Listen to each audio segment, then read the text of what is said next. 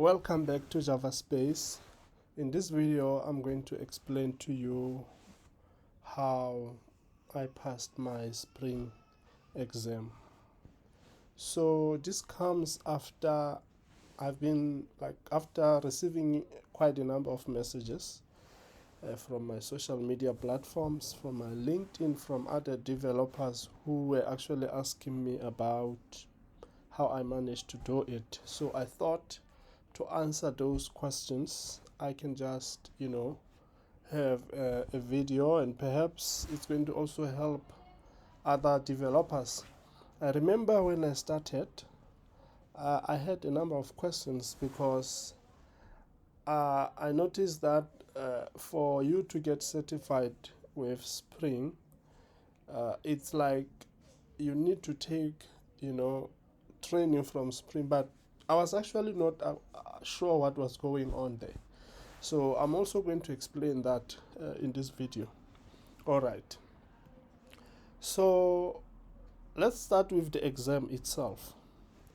The exam, as of this recording, it's called Spring Professional Develop 2VO or the 72.22.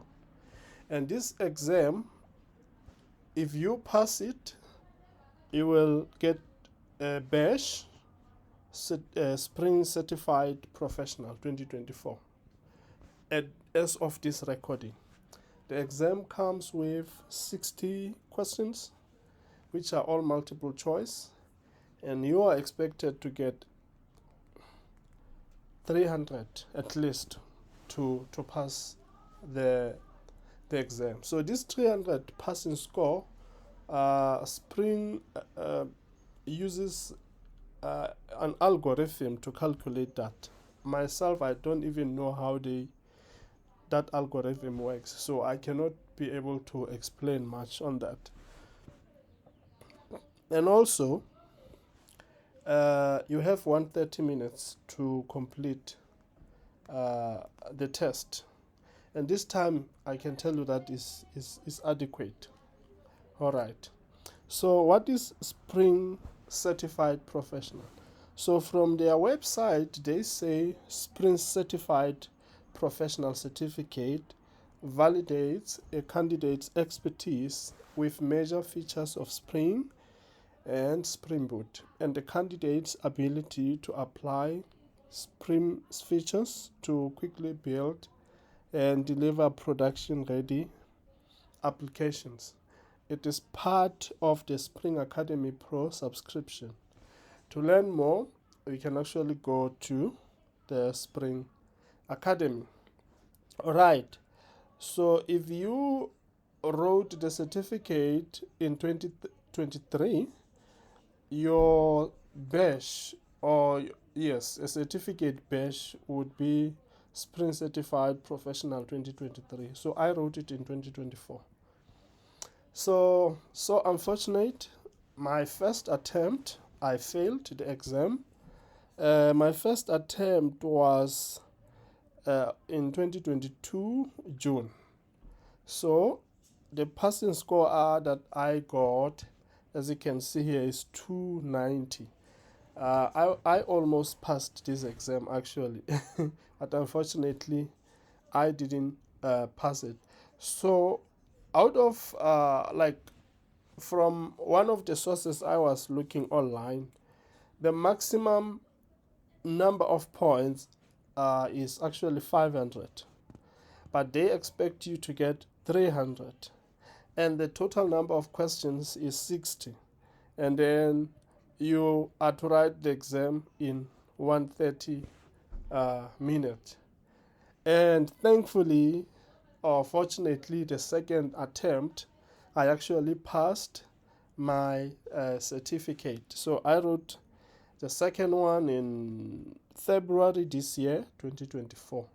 And the person scored 300, and my score this time around is 457.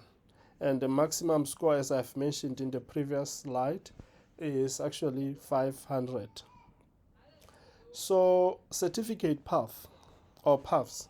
There are actually two certificate paths that you should be aware of when you want to take Spring exam. If you do not have VCP certification as yet, so what does VCP mean? VCP stands for VMware Certified Professional. And this is a certification designed to demonstrate technical competency with VMware Sphere or related technologies. So if you do not have any of this certificate prior from VMware, what you are recommended to do is you will have to gain experience with application modernization, VMware, Spring Boot, or Spring Framework. And then you are required to attend one of their training courses. And also you are required to pass the exam. So all these things, they form part of you qualifying to be what we call a Spring certified professional. So let's say you go for the exam, you get the exam, you pass with flying colors, but you did not go through their training. You will not get your certificate. Unfortunately, you will not get the badge. So this is for someone who does not have prior, certificate with VMware. Like now, if I had, like now I have my certificate. Let's say next 5 years, I want to come again. Probably, if these rules will still be holding, I will not need to take this path of no VFS certificate because I already have one. If you already hold a VCP Spring 2021 on your certificate, as you can see here, you are only recommended to attend, and these are optional here. So basically, you are not required to attend the training. All right, so I'm just going to go to the website quickly to show you all these things, to show you more on that one. So, okay, all right. So let's start with someone who does not have VCP certification as yet. So let's just see here. All right, there isn't much here. This is not required, so basically you don't even need to worry about it. But the one that I'm interested in is this one here. So they are saying it's required. So let's see what we have here. We have Spring Framework Essentials, we have Spring Boot. And if you have completed these two, then, and you have passed your certificate, then you are now qualified to be called a Spring professional, according to VMware. But if you do not, satisfy one of the rules, like you have passed but you didn't go through training, obviously you don't get the certificate. So these two rules must all be in place for you to get your certificate. In fact, after you pass your certificate from online, the note or warning that they will give you is that you have passed. That's good news, obviously, but they will tell you that you still need to go and continue dialogue with the organization that is managing your writing that certificate. And they are telling you that for you to qualify for a certificate, there might be one or more trainings that you have to do with the organization, which in this case is it's VMware. So if you are using Pearson VUE where you are writing, they will tell you go back to VMware and sort out your certification, like the certificate with them. Only after you have completed their training will they give you a certificate. So you might be wondering, where can you get this two training? So this is where you can get the training. So I have logged in here with my account on Spring Academy. So so what you will need to do, click on the learning path. Then after clicking on the learning path, just scroll down. Okay, then I think you should also complete this one, because actually they put 4 courses here as part of Spring Certified Professional, which in essence I believe that obviously you need to complete this, but it's a very short course. You can even do it in hours and complete it. Then you have this other one, is also short, as you can see, 34 minutes. Then there is this one here, Spring Framework Essentials. So if we come back here, you will see it's this one, Spring Framework Essentials. So this is the course that Spring wants you to have completed. So basically, training. So basically what they are saying here is you are going to enroll on this and on this training. And as you can see, this is a pro training, which means that for you to have access to this, you must have paid. So I had to pay like 6,500, if I remember well, for me to have access to this training. And also we have Spring Boot here, and also this one is also pro. But these other two, this one and this one, you can basically create an account here, and you can have like right away have access to this course, and also you can have access to this one. So these two, you will have to pay for them. All right. So if you have completed this course and you also completed Spring Boot, which are actually mentioned here, and you have passed your Spring exam, then you are in a position to get your certificate from VMware. So after you purchase the Pro membership, which is valid for 1 year, after 1 year it expires. That means you can no longer use it. And also it's important to mention that this Pro membership comes with an exam voucher. This voucher number here, it won't work if you try to use it. I have already used it with my own certificate. So they will give you one exam voucher, which you will then provide when you are booking for your exam. All right. So what I like is that VMware, I know it's also like that with Java Oracle. They have linked their website with Pearson VUE, so it's very easy to actually book for the exam, and they just redirect you there, and everything else. It's very easy process to do. You don't have to worry about that. So once you enter this exam voucher with Pearson VUE, then you are able to book for the exam. And then that's it. Let me see if there's anything I wanted to mention or to talk about. All right. So as you can see, you have the link here. If once you log in, they will ask you to get your exam voucher. All right. And obviously you will have paid before, and if you have not paid, obviously it will want you to do some payment before you actually get the voucher. All right. I can go back. So I hope now this whole path here, it's actually clear. If it's not clear, you can leave a comment on there. Or you can leave a comment for me. All right. The exam guide. So let's see what they have on their website. If we go to their website, I already have that exam guide downloaded. So this is exam guide. So the exam guide is like a course outline, something like that. So it actually gives you the scope of the exam, what you can expect in the exam. So here they're explaining what I have already explained. So this is the course outline.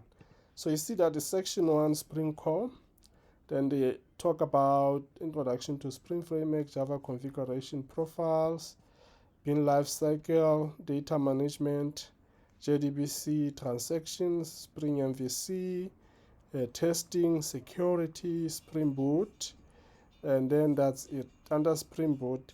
So this has been like trimmed.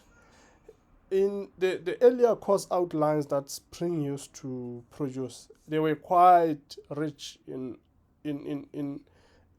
terms of what they have put inside. So I'm just going to show you one because I still have it in my computer. All right, so where is that one?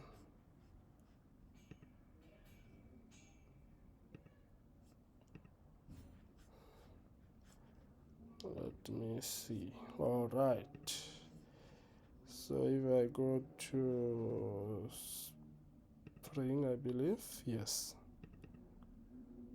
So this is the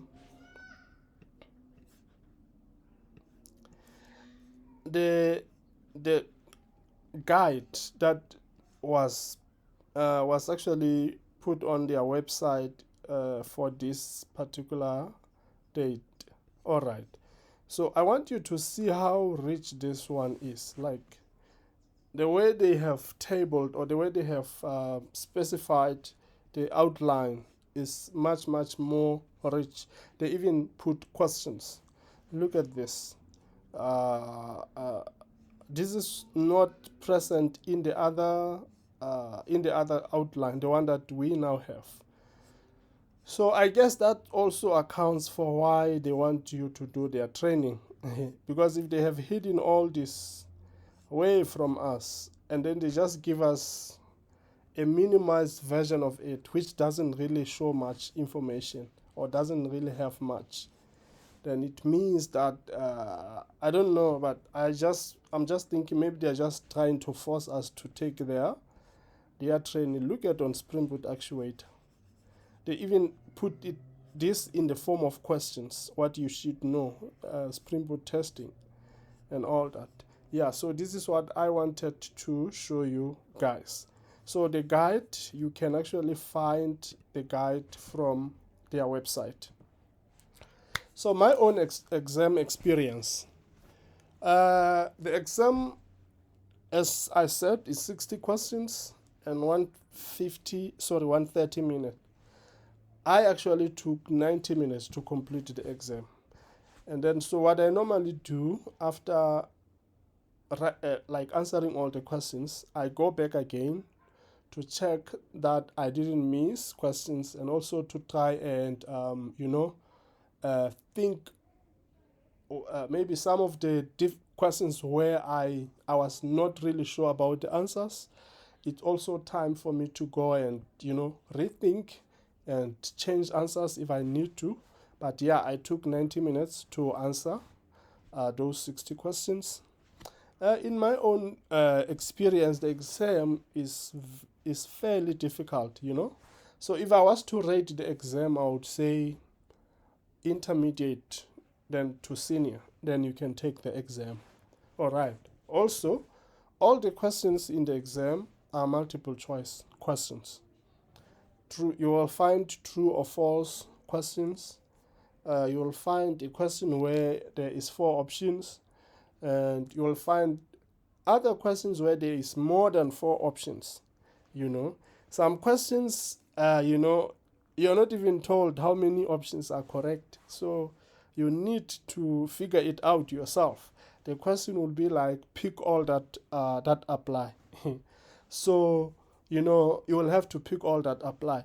And then also what I've noticed that the questions take a different approach as compared to my previous exam with, Java OCP. You are not asked questions like, will this code, compile? And I heard that Spring, they say that they won't ask you something that an IDE can do actually for you. All right.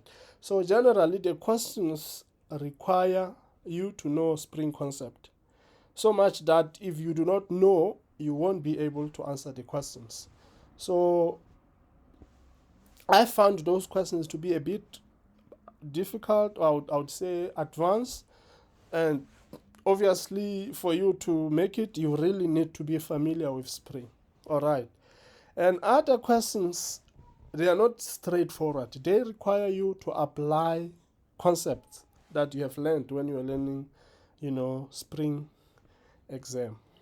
So exam preparation, how did I prepare, you know, for this exam?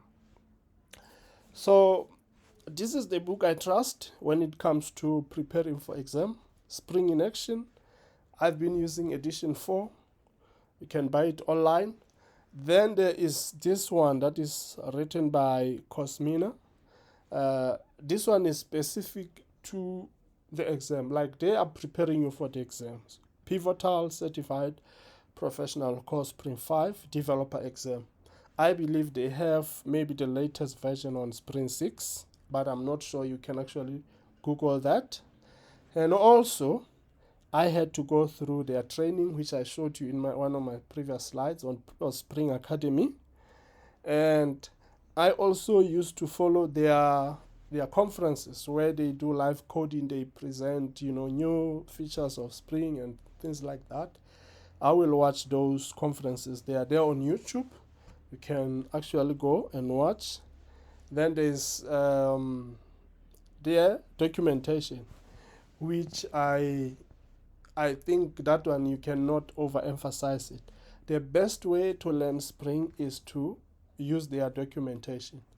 You can actually pass the exam just by relying on their documentation. It's so rich that the information that you will find there, you will be like puzzled. You will be amazed.